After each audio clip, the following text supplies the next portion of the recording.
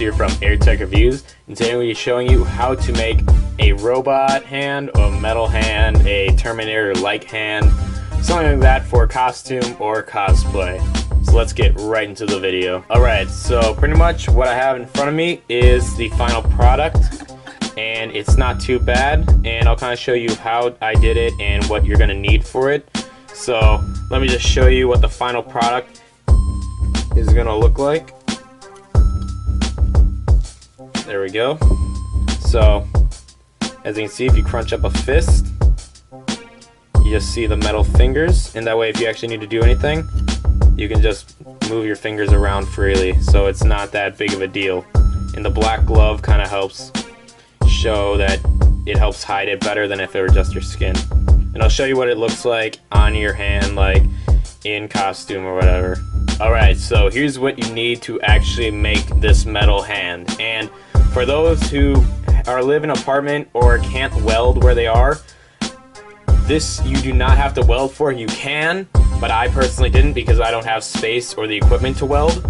So this is nice for if you want to make a realistic metal hand without being able to weld. Alright, so the first thing you're going to need is a piece of sheet metal. You can find this at Farm and Fleet or most hardware stores, so it's not too hard to find, but that's one of the main things you're going to need to make this. You can probably make it out of some other metals, but I learned that sheet metal is the most durable that I've seen and probably the most affordable, with only being like, depending how big of one you buy, like 10 to 20 bucks. So first thing you're going to need is that. Alright, the next thing you're going to need is some metal wire. So I saw that the 12 gauge galvanized utility wire seemed to have worked the best. It's got a good thickness, but it's not too thick where it's not being able to bend and it doesn't look really weird, but it's thin enough where you can bend it easily, and it does look like kind of an endoskeleton of a robot hand. So I learned that that was probably the best stuff to use, but you're definitely going to need some multi-purpose wire to build this. Alright, the next thing you're going to need is something to cut that metal, and I decided that some metal snips are perfect for what you need. You can find these at any hardware store. So there's different sizes and for different purposes, but you can pretty much find any that can cut sheet metal, and then that'll be exactly what you need. But you definitely need this too to do the actual project. Alright, the next item you're going to need is a black glove. I suggest black glove because it's the easiest to kind of hide when you're trying to pose or trying to make it look more realistic, so it's a lot easier to use. So you can get a pack of 4 of these at Walmart for like $1.50. They're not that expensive, so, and you can probably find it at a bunch of other stores, maybe a little bit more pricey, but this is the cheapest that I found. In case you actually mess up, you got plenty more, so I definitely recommend you just go find these because these are pretty much at most stores. Alright, so what I used to hold the metal together, so without welding, was some epoxy bonding compound. So pretty much that stuff hardens like a rock and it works really well, and it bonds metal together, metal on metal, so it works really well. And then the only problem I had with it is that it takes a while for it to actually harden, so that's why I got super glue, because that was like a temporary thing to hold it into place. So you'd super glue it, let that kind of harden, and then once that super glue is fully hardened, you put a coat of this stuff on it, and I'll kind of show you how to put that on later in the video. But then there's just a couple more things you gotta have to make sure you do this correctly. Another thing you're definitely going to need is you're going to need a pair of pliers, just to make sure you can bend the metal, and that way you don't actually mess anything up, because if you try using anything else, it might end up cutting you or it might end up messing up in some way. So I definitely recommend getting pliers to help bend the metal. Alright, so then you're going to need something to kind of sketch on the metal, and just kind of sketch what you need to cut and where you need to cut, which is definitely going to be something you need to do. Any sort of marker should work. I just got this one right here. Even permanent marker works because it does wipe off, so just something to keep in mind. But I believe that should be it for everything you're going to need to make this metal hand, and then I'll get right into how you actually make it. Alright, so before you start working on any of this, I want to let you guys know, be super careful with this sheet metal, because once you start cutting it, it gets super sharp. Like, not even joking, right before I started recording, I accidentally jabbed a little piece of metal into the side of my finger. I believe it was right on this side somewhere, but my finger's bleeding pretty bad from it. So just a warning, do not end up cutting yourself or hurting yourself on it, because it will hurt. I'm telling you from experience. Just be careful when you're working on it, because it will hurt you. See, it's still bleeding actually, so I won't keep that on camera. But just keep that in mind so you guys don't end up hurting yourself. But anyways, back into what you gotta do. Alright, so what you wanna do is you wanna take your sheet metal and get ready to trace your hand, or at least most of it up to the finger points, because you're not gonna need your finger, you're just gonna need the base of your hand, so pretty much ending right here and just cutting off your thumb. So you wanna make sure you got all that. So I'll quickly sketch my hand just to kind of show you. And then what you're gonna want to do after that is you're gonna want to just kind of connect the parts that you sketch. So, alright, so then what you're gonna want to do after that is, obviously the metal's gonna be a little longer than your hand. So what you're gonna want to do is you're gonna want to take the amount that you sketched, draw a little bit out, and then you want to just kind of add on to it. Such as this part, you might want to just go like right there, and then you might want to just make this part out here a little bit longer, just so there is metal to bend over your hand, so it's not just a piece of metal sitting on your hand, so it feels a little better.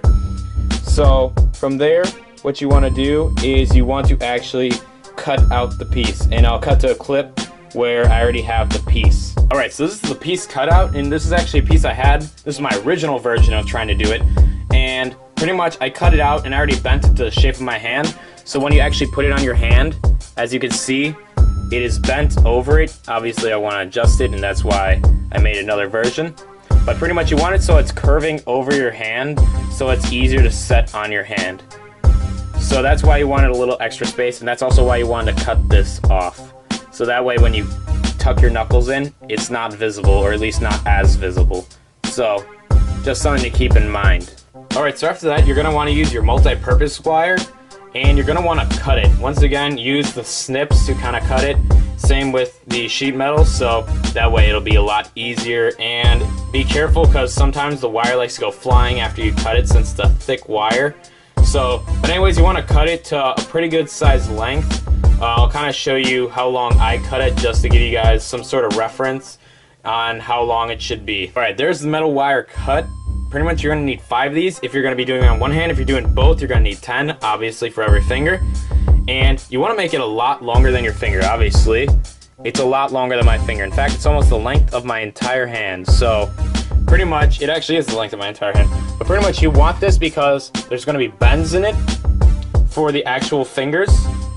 And then there's going to need to be a good amount of extra part to put underneath the metal hand. I'll show you.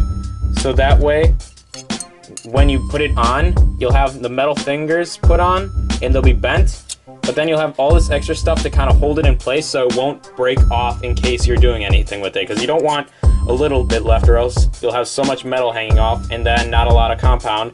Then it'll just break right off. So that's why you're definitely going to want a lot, so that way you can actually bend the fingers, and you can actually have it cut and bent where you want it. Alright, so this is kind of important. So you want to find how much you actually have that you're going to be gluing down, and you want to like put it right there on the metal, so that way you can kind of see. And then you want to mark it on the wire. Doesn't have to be big, but it's enough where you know where to bend. And then from there, the rest of this is going to be your fingers. So the rest of this is going to be your fingers. So that way you can make marks on where to bend it depending on where your finger actually is. Like I'll show you, for example, if I were doing my pointer finger, there's a bend here and here, and then the finger ends right there. So you want to make sure you have all those in place, and I'll kind of show you what it looks like in a second. Alright, so what you're going to need now is you're going to need to use your plier to actually bend the metal. You can do it with your hand depending on where you're doing it, but I definitely recommend using pliers because it'll be a lot easier. So pretty much just grip it and then you bend the part that you want to actually bend. And you're going to want to do this with every single little knot in every single little point. So I'm actually going to skip this one because that's what I did in my original. So then from there, you're going to want to take that. Make sure that this is still facing all the same way so you don't get weird crooked fingers. And then there, you got your little bends. You can bend it more or less depending on what you're doing. So if you want to have more of an open hand, you can do that. If you want to have more of a closed hand, you can bend it more. But obviously you got a good amount to actually connect to the hand, to the base of the hand, and then you got plenty just in case you want to do it. So I suggest doing this for every single one. So that way you cut out 5 the same length, and then you can cut them depending on how long, depending on how short you want them, or you can keep the same length. So that way you don't have to measure out each one. So it's kind of helpful. But anyways, let's get into actually putting the hand together. Alright, so how you're going to want to put the fingers on is, first off, you're going to figure out which finger you want to put on where. So what I suggest doing is you put the plate on your hand, spread your fingers out a little bit, and then from there, put the metal piece where your fingers are going to be and bend your finger a little bit so you know. So it'd be like that. And then what you want to do is you want to just take that off and kind of hold it in place a bit, maybe readjust it, and then put it on there and flip it, and that's where it's going to be. So that's just something that you might want to do, because that way when you actually do it, you're not just putting straight fingers in, or else it won't look realistic, because you want it to look like an exoskeleton of your hand. So pretty much you take that, then you want to grab it, flip it, it'll show you a general idea of where you want it to be, and that way you can glue it and kind of put it where you want it to be.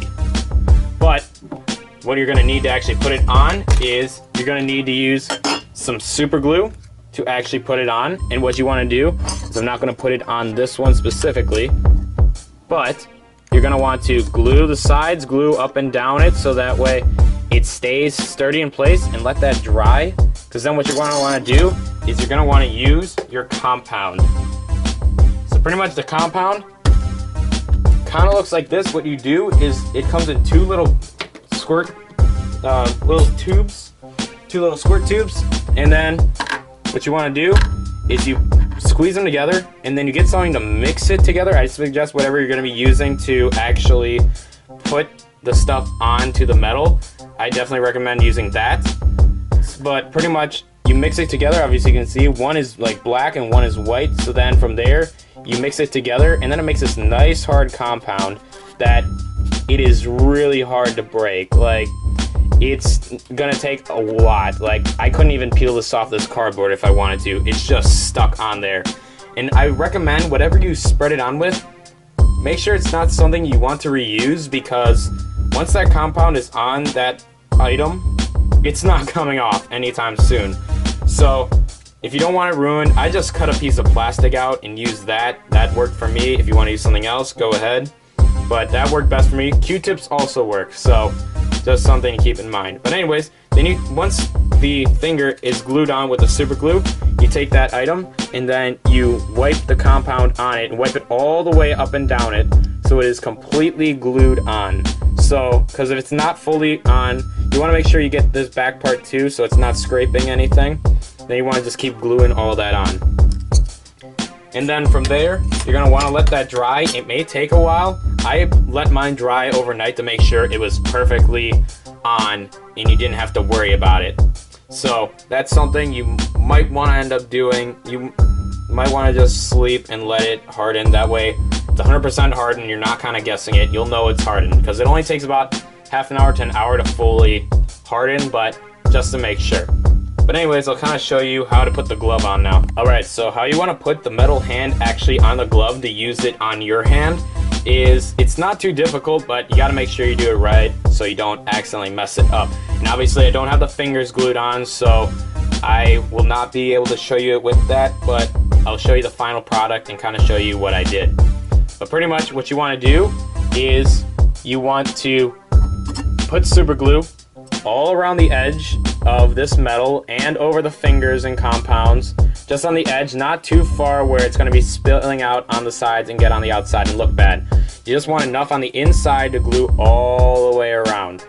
And then what you want to do is you want to put on your glove.